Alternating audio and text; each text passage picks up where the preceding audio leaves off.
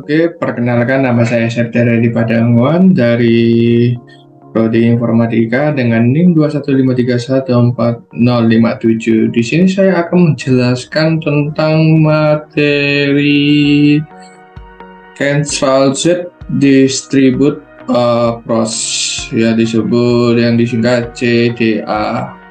Oke, sebelum masuk dengan materi, saya akan membuka PPT-nya tersebut. Mari kita membuka PPT-nya.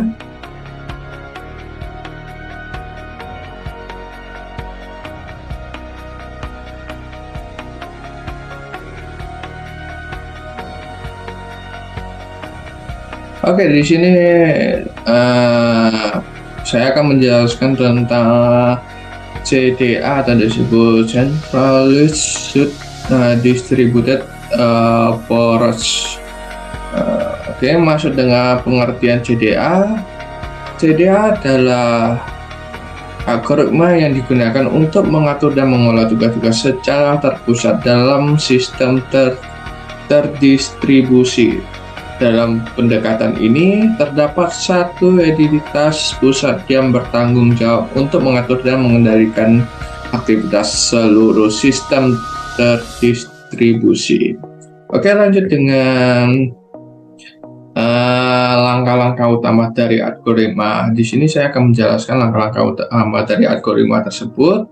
Dan masuk dengan di sini ada 6 poin langkah-langkah algoritma. Yang pertama, identifikasi entitas pusat. Pertama, dalam CDA, identifikasi entitas yang berperan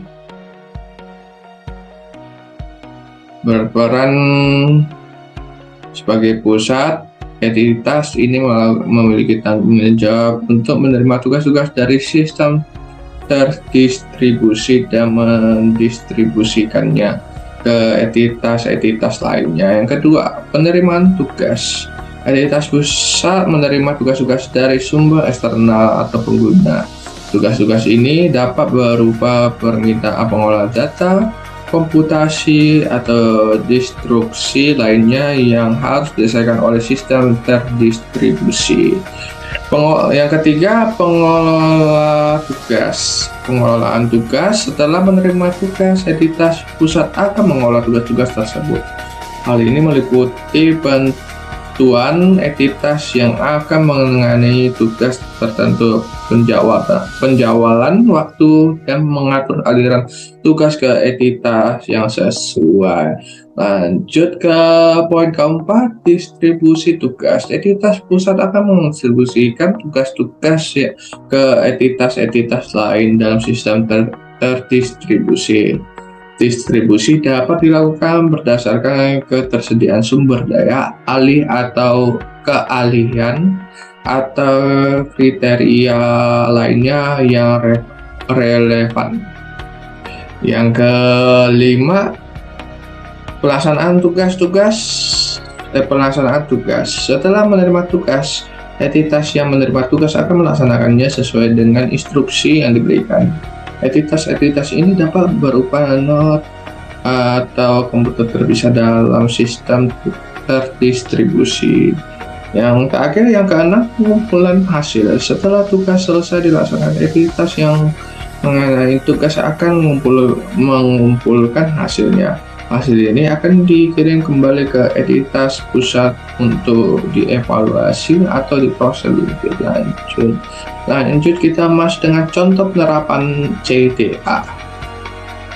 Di sini ada contoh penerapan CDA, yaitu sistem terdistribusi untuk pengolahan data dalam suatu perusahaan. Misalnya terdapat pusat data yang bertindak sebagai entitas pusat dalam sistem.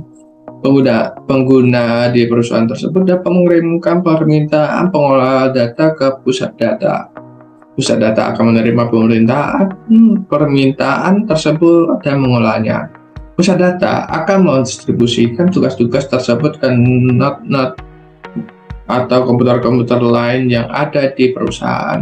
Setelah selesai, Hasil pengolahan data akan dikumpulkan oleh NAT atau komputer yang menangani tugas tersebut dan dikirim kembali ke pusat data.